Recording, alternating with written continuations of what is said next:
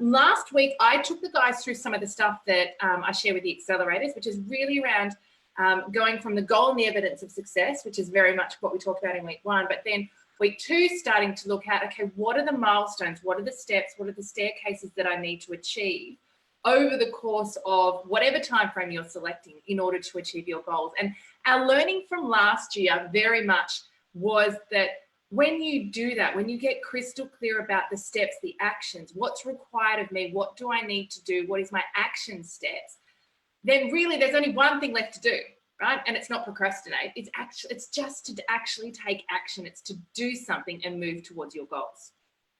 Yeah, I think this is such a cool thing that the more we've explored it, the more we've looked at things, you know, like James Clear's Atomic Habits, those sort of things. There's so much evidence now that the more we can break it down into, you know, keep making it sort of bite-sized pieces. Don't try and, you know, swallow the elephant all at once, as the old saying goes. You know, just kind of find the little pieces, the simple, repeatable habits that you can actually get into, and you can take action around the small things that ultimately incrementally lead to the larger things. And I think that's quite exciting because it means I don't have to do that huge thing right away. Yeah, and I think the really important thing we learned last year was, and in breaking down to the steps, what we start to do is we start to understand what's easy, what's hard, what's getting in the way, what are the obstacles, what's a different step I can take that can mean that I can make progress, so that we can actually start to almost do this kind of micro assessment of our own psychology and go, cool, so what's not working here? And then really come up with a solution, either myself, with a partner, a colleague, a coach, whatever that looks like. So today I've been reading The Miracle Equation. So probably over the course of last year, I mentioned a book I read called The Miracle Morning. Love, love, love it. It's been amazing. Thank you very much, Fiona. I shared this on the page, but this arrived last week from Fee. And really beautiful, because one of the steps in The Miracle Morning is journaling. And I've never been someone who's been able to get into the journaling. And so I kind of sometimes do it, I sometimes don't. For me, it's probably of the 6 steps in The Miracle Morning, it's the one that I'm least interested in. I dial up my reading, I dial up my meditation, but certainly that one I'm like, oh. And it was quite beautiful because there's space in here.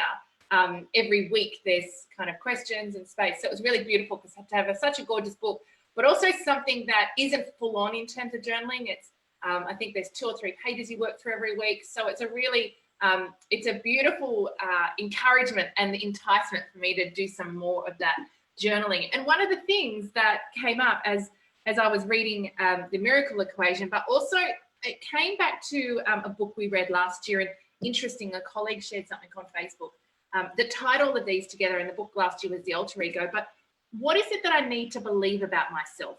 What are my beliefs that, if they were possible, would mean I would achieve my goals? And I think the beautiful piece, and we saw this a little bit in the goal setting webinar that Chandra ran for the YPWA community last year, she talked about the importance of the attachment of the belief, you know, as someone who values health, I choose to eat gluten-free. That was her example. And actually by being able to hold that belief in moments of choice or difficulty, that actually that made it easier for her to choose to say yes to what she knew was good, what she knew would move her towards her goals. And I think there's a really beautiful importance piece here, because then what's happening is maybe by doing something uncomfortable, which is saying no to something you really want, you're doing something really positive for yourself, which is reinforcing the beliefs that you have and what's important to you. So I think there's a nice, like psychologically, there's a nice balancing effect of that. Well, I'm missing out on that, but actually I'm living my truth. And bringing that to the consciousness rather than having that kind of low grade sitting underneath, you know, the surface, where we're kind of, it's easy to say yes to something that we know we should say yes to when we haven't got that staring us in the face.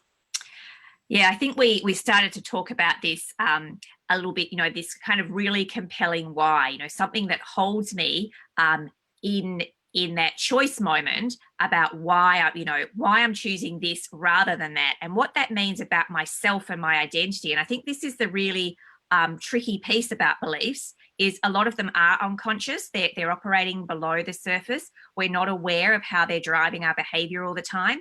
And sometimes we're hooked into, if we become more conscious of them and we look at, you know, what are the life affirming, thriving kind of positive beliefs that really take us forward and help us, you know, develop that best self that we often talk about.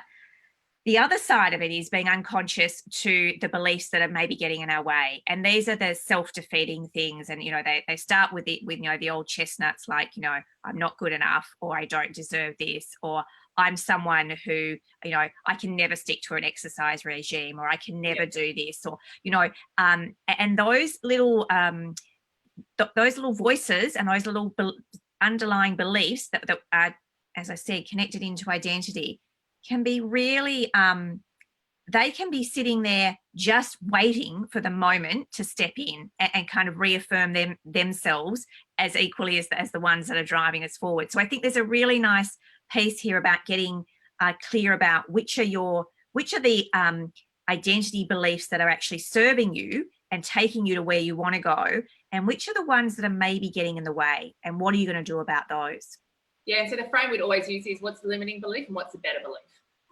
You know, if the limiting belief is it's not okay to speak up and ask for a pay rise, or you know, it's not my place to ask a question in this room. Like, if we come back to the workplace, if you're sitting in a room, if you've got beliefs, and again, to Fee's point, most of this is unconscious. It's really useful though to shine a light on them and get conscious around some of these beliefs, because it's the beliefs that are limiting your actions. And the more that you can start to really flip them, which is, you know, as someone who values progress and continuous improvement, it's okay to ask questions and challenge the status quo. Whatever that, I mean, that's a little bit wordy. And I think often the trick with this stuff is it's important to keep it simple. But, you know, as someone who values, I've got a few. So one of a colleague of mine shared on Facebook his morning routine, and one of the things he does after a walk, he journals about his beliefs, and then he visualizes himself in his beliefs. And journaling and visualization is 2 of the 6 miracle morning steps. So on the weekend, I went and sat down in my beautiful journal and just wrote. I guess if I was thinking, well, what is it? What are my beliefs? What do I need to believe about myself? And I really liked the idea of anchoring into it from the visualizations point of view, and also the journal. But even this piece around, you know, I have more than enough time to do everything that I want. I think, you know, we have this belief that we're busy and we're limited in choice. So that, I thought that was a really lovely one. I'm limitless and have the power to create anything I want in life. I'm focused and can execute without distraction. Again, you know, these aren't life-altering beliefs, but just actually starting to think about, what are my core beliefs? What do I need to believe? If I think about my goals, your one about your exercise in the alter ego, the example was, you know, I'm not a runner. And that was my story for a lot of years, until I kind of I was sitting there and, you know, I was really playing with this thing of I can versus I can't run came out of my mouth to my brother-in-law at the time. And I was like, okay, time to bust that belief. And I signed up to a half marathon. That was 10 years ago, well over 10 years ago, and asked him to train me and things like that. But really transforming. Now, I still don't think I'm a runner, to be clear, the evidence that followed.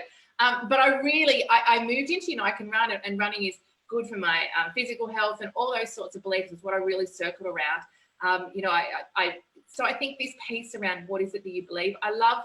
And it's an oldie but a goodie that is in this book, but it's a quote from Jim Rohn. It's paraphrased. It says, "The purpose of setting a goal is not to hit the goal. The real purpose of setting a goal is to develop yourself into the type of person who can achieve your goals, regardless of whether you hit any particular one or not. Some goals you'll reach and some you won't. It's who you become by giving it everything you have into the last moment, regardless of your results, that enables you to develop the mindset and behaviors that will help you achieve bigger and bigger goals for the rest of your life." So that piece that, you know, it's actually the person you become, that is really critical here.